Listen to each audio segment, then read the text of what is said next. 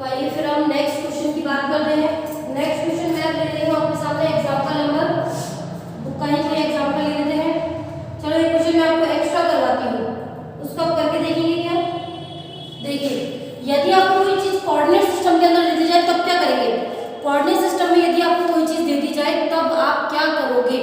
जैसे कि यदि आपको क्वेश्चन दे दिया जाए इस टाइप से कि ये आपको r1 दी हुई है 2i cap plus 3j cap plus 5k cap, और r2 दिया हुआ है आपको -i cap plus 2j cap minus 6k cap, तब क्या करोगे? कुछ नहीं। यदि इसका आपको निकालना पड़े तो सबसे पहले देखो मास आपको दे रखा होगा फिक्स, कि मास कुछ ना कुछ फिक्स दे रखा होगा। मास क्या दे रखा होगा? फिक्स, कि देखो x1 पार्टिकल के लिए 2 kg है, फिर यह 3 kg, फिर दे रखा है आपको 1 kg। इस टाइप से मास दे रखा होगा। m1 का 2 kg, 3 kg, 1 kg।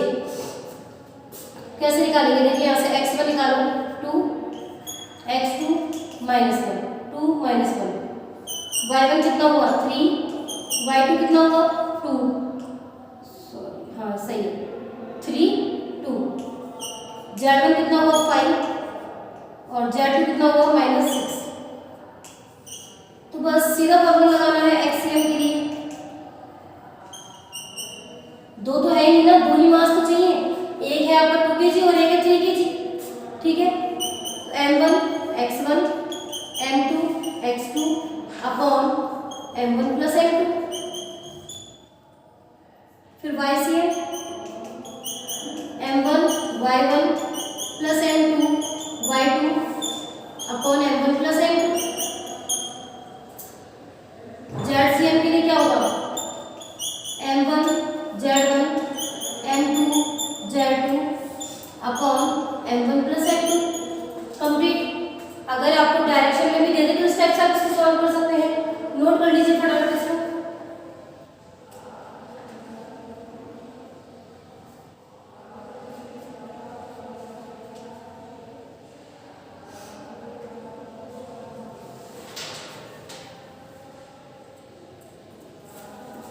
नोट कीजिए। जितना आपको पढ़ाया जा रहा है आप उसी पर ध्यान देना। कुछ भी यदि आप एक्स्ट्रा करना चाहते हो तो वो सिर्फ आपकी मर्जी है। मैं आपको जितना पढ़ा रही हूँ उतना आपके लिए बहुत सफिशिएंट है, उस पर ही आप ध्यान दीजिए। ज़्यादा यदि ज्ञानी बनने की कोशिश करेंगे तो समस्या आपकी है, क्योंकि इस टाइम पर बहुत कम टीचर अवेलेबल है ऑफलाइन क्लासेस के लिए, ठीक है। कोरोना सीजन चल रहा है तो बहुत कम टीचर आपके ऑफलाइन आपके लिए। अगर आप कहीं और जाते हैं पढ़ने तो वो बात अलग है कि वहाँ आपके डाउट्स तुरंत क्लियर किए जाएंगे। लेकिन यदि आप कहीं पढ़ने नहीं जा रहे हैं, सिर्फ सेल्फ स्टडी कर रहे हैं, होम पर पढ़ रहे हैं, ठीक है, होम बेस्ड एजुकेशन आप अपना रहे हैं, तो आपके डाउट्स जो आएंगे उनको क्लियर करने के लिए कोई भी टीचर आपके पास अवेलेबल नहीं होगा। वो जो डाउट है आपका पूरा चैप्टर खराब कर देगा। इसलिए जितना पढ़ाया जा रहा है पहले आप उस पर ध्यान दीजिए। टाइम बचता है, इसको करने के बाद यदि आपके पास टाइम बचता है, सारे सब्जेक्ट्स के बाद टाइम बचता है, तो आप एक्स्ट्रा नॉलेज लेने की कोशिश कीजिएगा। इनफैक्ट मैं तो यही कहती हूँ जितने टीचर अभी जिस टाइप से पढ़ा रहे हैं आपको, सिर्फ उनके पढ़ाए हुए ही तरीकों पे ध्यान दें। यदि आप इधर उधर भटकने की कोशिश करेंगे तो समस्या आप अपने लिए पैदा तो करेंगे ही, साथ में टीचर के लिए भी पैदा करेंगे, क्योंकि आपके डाउट्स हो जाएंगे बहुत सारे, ना तो वो डाउट क्लियर कर पाएंगे आपके और ना आप करवा पाओगे। ओके, तो अभी जितना पढ़ाया जा रहा है सिर्फ उस पर ध्यान दें। यदि कोई टॉपिक मिस भी हो रहा है तो उसको गोला कर ले, अंडरलाइन कर ले उस टॉपिक पर, कि हो सकता है कोई टॉपिक मिस हो जाए अचानक से, तो ज़्यादा घबराने की जरूरत नहीं है, ठीक है। ये हो गया अपना। अब मैं आपको कुछ टर्म्स बता देती हूँ जो आपके इस चैप्टर के अंदर काम आने वाले हैं। अब वो कौन कौन से टर्म्स है बेटा, तो देखिए टर्म्स काम में आने वाले हैं आपके। एंगुलर डिस्प्लेसमेंट आएगा, एंगुलर डिस्प्लेसमेंट, एंगुलर डिस्प्लेसमेंट। फिर आएगा आपका एंगुलर वेलोसिटी, फिर आएगा आपका एंगुलर एक्सीलरेशन। नोट्स आपको खुद को बनाने हैं। इसको हम क्या बोलते हैं? कोणीय विस्थापन। ये हो गया है कोणीय विस्थापन। ये क्या हो जाएगा? कोणीय या वेग, ये क्या हुआ? कोणीय त्वरण। दर्शक हो गए, 3 टर्म्स आपके काम में आने वाली है, फर्स्ट, सेकंड, थर्ड। तो आइए इनका मीनिंग जानते हैं।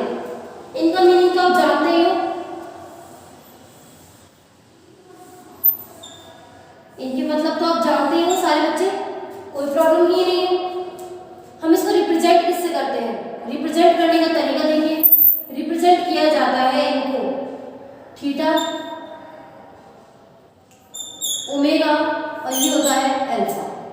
थीटा, ओमेगा, अल्फा, इससे इसको रिप्रेजेंट किया जाता है। तो अब इनके बारे में मैं कुछ आपको टर्म्स लिखवाऊंगी, उससे पहले आप इनको नोट कर लीजिए फटाफट से नोट कीजिए और फर्स्ट हेडिंग डाल दीजिए एंगुलर डिस्प्लेसमेंट, कोणीय विस्थापन।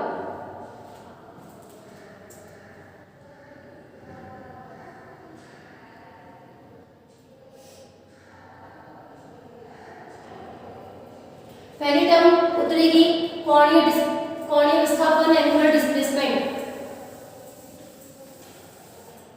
डेफिनेशन के लिए 3 लाइन छोड़ दीजिए, डेफिनेशन आपको लिखनी है, इसकी डेफिनेशन आपको लिखनी है बुक में से, ठीक है? मैं इसको समझा रही हूँ, तो देखिए 3 लाइन छोड़ने के बाद इसमें लिखेंगे आप, इसको del theta is equal to होता है del s upon r. Del theta is equal to होता है डेल एस अपॉन आर।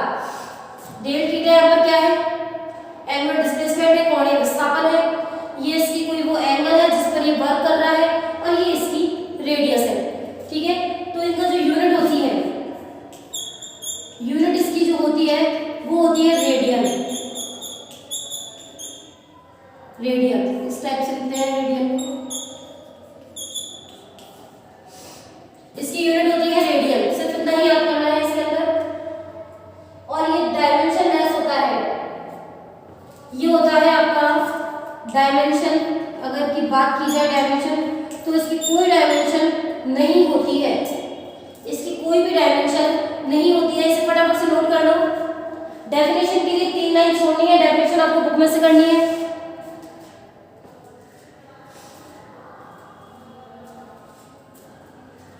ठीक है, फिर अगली लाइन डाल दीजिए, एंगुलर वेलोसिटी, कोणीय वेग। एंगुलर वेलोसिटी, कोणीय वेग।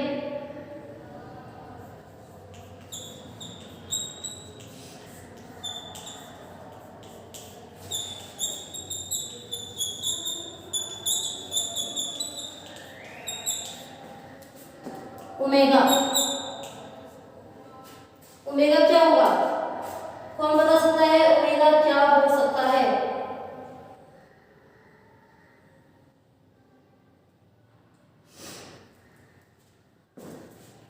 वेलोसिटी क्या होता है?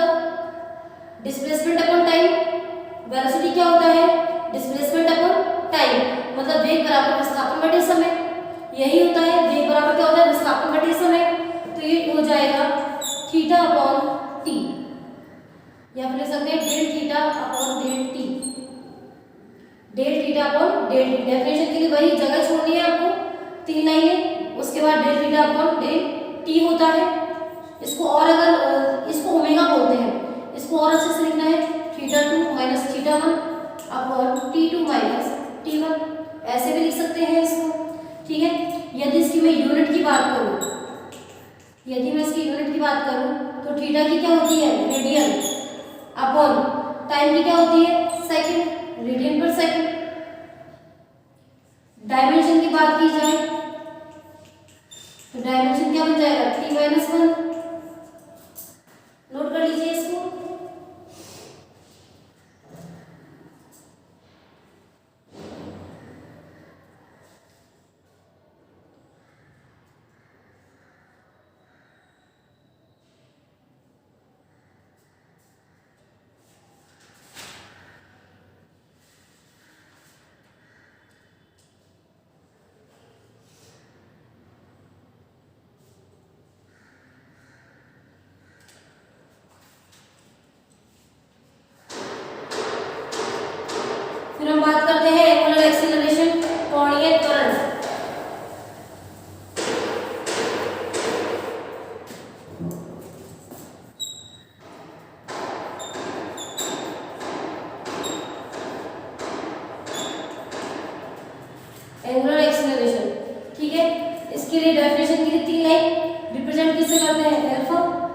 इसमें क्या हो जाएगा ओमेगा अपॉन टी, मतलब कि इसमें क्या है थीटा से ओमेगा बनता है, ओमेगा से क्या बनता है अल्फा बनता है।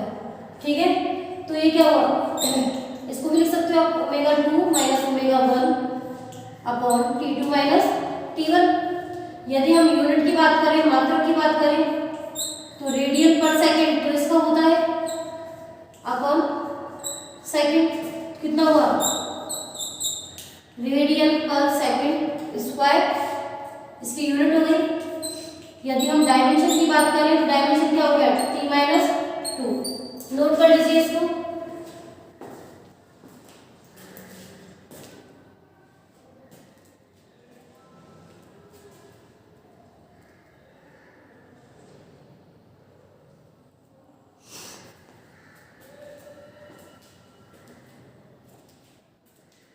इसको नोट कर लीजिए।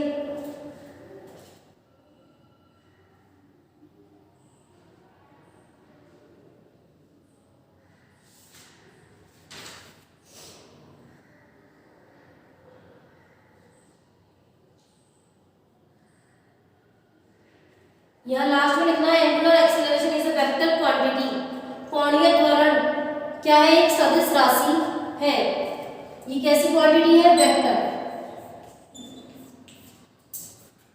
एंगुलर एक्सीलरेशन एंगुलर वेलोसिटी ये सब वेक्टर क्वांटिटी है, कोणीय त्वरण कोणीय वेग सदिश राशि है, ये सारी की सारी नोट करो उसको।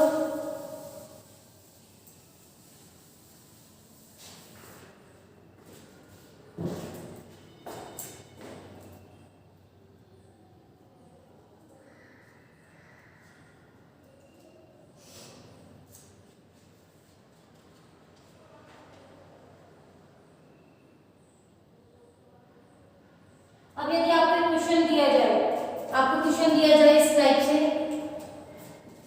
थीटा दिया हुआ है आपको 2t की power 3 minus 5t square plus 6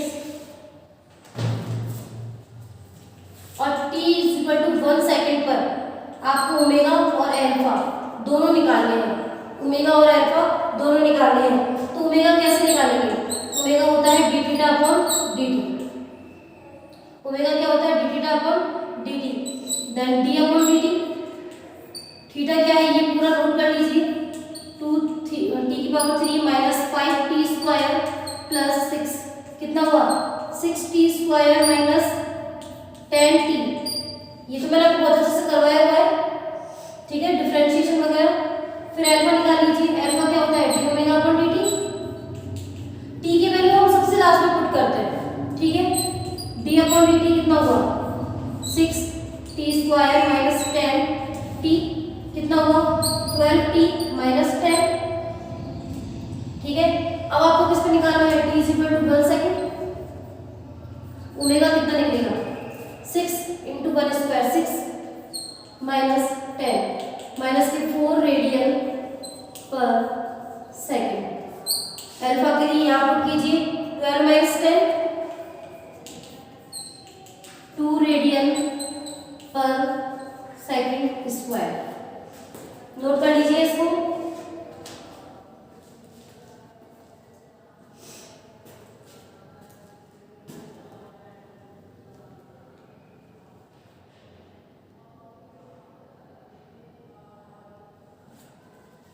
फटाफट नोट कीजिए।